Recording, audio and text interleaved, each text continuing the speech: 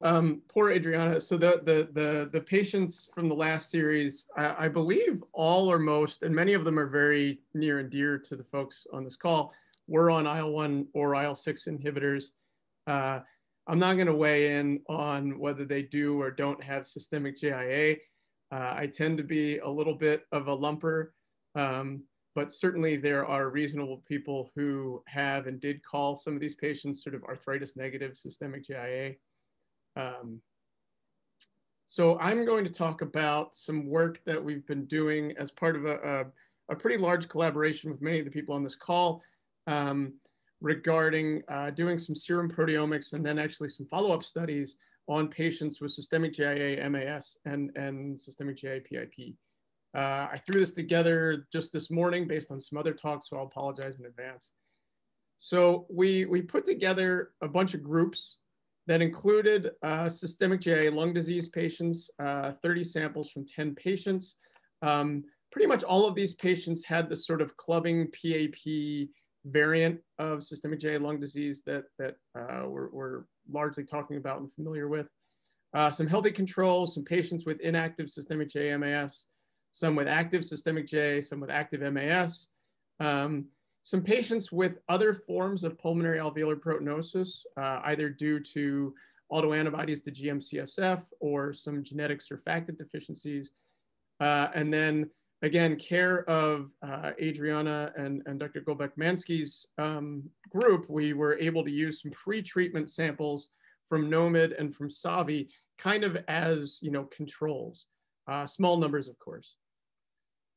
And so what did we do? We used this thing called SomaScan to measure about 1,300 different proteins in the serum from these about 151 samples. It uses a technology called aptamer array, which instead of using antibodies to bind things, it uses these sort of origami folded engineered DNA molecules. But the long and the short of it is that you measure a whole lot of proteins in serum at the same time. So these are some volcano plots, and I'll sort of apologize in advance that this is not as easily presented as it could be. So a volcano plot basically looks at, on this axis is how big is the change between these two groups, and on this axis is how significant is that change. And so things that are way up here are much higher and very significant in this case active systemic JIA versus healthy controls. And over here would be much lower in active systemic JIA versus healthy controls, but also quite significant. And that's why they're colored. And so so this is the comparison for active systemic JIA versus controls, and then MAS versus active systemic JIA. We're not even talking about lung disease yet. None of these patients have lung disease that we knew of. And largely, we see a lot of our usual suspects. So S100 proteins popped up quite highly. My personal favorite, IL-18. Serum amyloid A, ferritin. Likewise, ferritin in a sort of unbiased analysis really did the best job of any of these biomarkers on this aptamer array differentiating MAS from systemic JIA. Now there's some circularity there, but nevertheless, I think that that's a remarkable finding. And then, IL-18 being very variable, and of course, a lot of your active systemic JIA patients are going to have a lot of IL-18, but still sort of correlating with the MAS group. So using some complex statistics that were done by Guangbo Chen at Stanford, he used something called LIMA analysis, which is a statistical a way of analyzing these sort of relatively large data sets that was developed for microarrays a while ago. But the utility of it is that you can assign different components to each sample. So, one sample might have active systemic JIA. It might also have MAS. It might also have PAP. And so using all these comparisons, he constructed sort of vectors that would describe certain disease components. And so using these two comparisons, he created a systemic JIA vector and an MAS vector.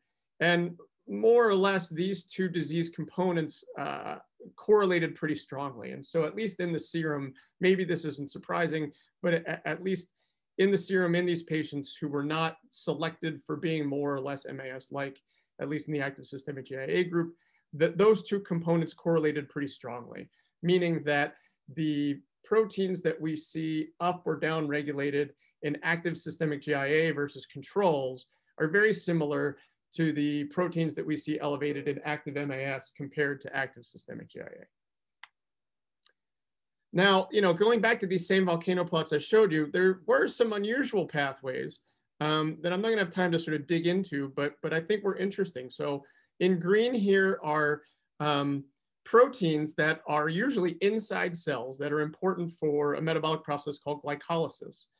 This is GAPDH, hexokinase 2, there's a bunch of them. And as a functional unit, they sort of stand out in both of these groups. Now, these are supposed to be proteins that are inside cells. We're detecting them in serum. And so they had to get out in some way, either because they're being actively secreted or because they were inside cells that have exploded.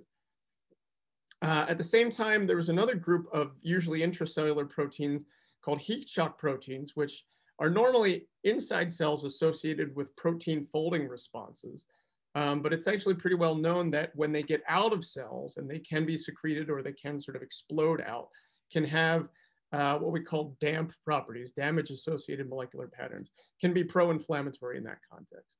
So these are some of the functional areas that sort of came out as part of this unbiased analysis. So, the volcano plot you're waiting for, this is the systemic GIA patients compared to both the SJIA and MAS groups. And so the functional units that come out here are a couple proteins that we'll focus on a little bit, ICAM5 and MMP7. Some markers of tissue injury, maybe lung-specific, maybe not. This is a cytochrome C protein. This is LDH, something that a lot of you are having measured on a regular basis anyway. And then a whole bunch of, arguably eosinophilic or Th2 or potentially even wound healing chemokines in blue here. And of course, the only sort of MAS systemic GIA thing that came out again was IL-18. And many of you have already detailed that a lot of these patients have sort of IL-18 that appears to be elevated out of proportion for their degree of active MAS.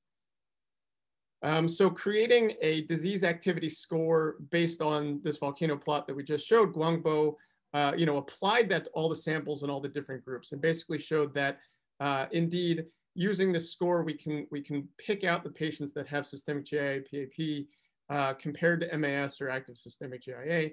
In this case, we've divided the SJIA PAP patients kind of into two groups, those that had high ferritins and CRPs that may be a little bit more MAS-like, and those that had lower ferritins and CRPs. And either way, their PAP scores look pretty comparable. And in fact, if you take away IL-18 from this component, your MAS patients go back right down to here. So focusing on ICAM5 and MMP7, because one of the goals of this whole process was, are there maybe biomarkers that we could use to help us to screen patients or to diagnose? Because certainly doing it with CT scans or functional assays in little children is hard. So these are kind of two that jumped, so this is ICAM5, this is MMP7. They're sort of in that really significant, pretty highly differentially regulated group compared to all the other groups that we have in there. And so certainly, compared to MAS and active systemic GIA and our controls, ICAM5 and MMP7, this is sort of how they jumped up. Interestingly, we saw, MMP7 very variably in NLRC4 MAS. This is only 2 dots, so don't read too much into the fact that there's a box here. And MMP7 a little bit in the SAVI patients, all of whom had lung disease. So looking a little bit more into, are these really coming from the lung and where might they be coming from? So we were really lucky to have the assistance of Gail Deutsch at Seattle Children's, who's a lung pathologist, who got sections or had sections from patients with SJIA PAP and a number of controls. And in this case, the controls are healthy controls. And so, this is what normal architecture in the lung is supposed to look like. And in brown is ICAM5 staining. And so you can kind of really see that it's in this interstitial spaces. This is just an H&E showing those cholesterol clefts that Adriana just showed you. And if you do immunofluorescence, in red here is cytokeratin 7, which marks the alveolar lumen. So this is sort of your alveolar epithelial cells. This dot is the alveolar lumen. And all this green is ICAM5 that is expanded in this interstitial space. If we swap out cytokeratin 7 for CD163, which marks macrophages, again, you know, in the alveolus, where in this patient there was a lot of gunk, you see a lot of CD163 because there's alveolar macrophages there. And then, you know, you see this ICAM5 in the interstitium. MMP7 staining in the lung was not quite as robust. In some cases, it correlated and overlapped with the alveolar epithelium. In some cases, we could find it in some macrophages, but still working on that. And so to summarize, you know, we confirmed some of the usual suspects that we suspect to see in systemic JIA and MAS. Some of the things we expected to see were maybe not as high as we might have expected, like CXCL9 or soluble CD25, and maybe because our MAS samples were largely post-treatment. We identified some novel markers and pathways, which we talked about, like glycolysis and like these heat shock proteins. You know, we did see some substantial overlap of sort of MAS pathways in the SJIA-PAP patients. You know, they had markers that we associate with MAS, even though none of these patients were in active MAS at the time that they were sampled. But then we found a few things, either pathways or markers, that we thought were fairly more specific for SJIA-PAP, looked at them actually in lung samples to show that they were actually present in the lung and where. And then I didn't talk about this a lot, but we saw some of these chemokines, which could support either a drug hypersensitivity hypothesis, which others are going to talk about much better than I will, or potentially this is more indicative of a wound repair, lung repair phenotype. And it's really hard to tease the two of those things out because allergic and wound repair processes overlap quite a bit. So we are working hard to get this paper to the people who are on here. We're quite close. We're on version 12 of this draft. And so keep an eye on your inbox for that and hopefully have that submitted soon. Thankful for everybody's help here. It is true I'm at the University of Pittsburgh, but we'll be moving to Children's Hospital Philadelphia in April. And I want to thank the funding sources, all of our institutions, some NIH funding, and some important seed money from the Systemic JIA Foundation. Scott, thank you very much. That's wonderful. Can you clarify what you said at the very beginning, which was the patients that for the IL-18 PAP MAS, they were or they were not on IL-6 or IL-1 before they were diagnosed with lung disease? They, I mean, I guess if those are the samples that I ran, I believe they all were on at least one. So you know, these are patients that are shared between a number of different series. So I believe all of them are part of the Vivian Saper Betsy series. I think at least a few of them are also part of the Cincinnati series. And I believe all of them, either concomitant with or before they developed lung disease, had been exposed to either or both IL-1 or IL-6 inhibition.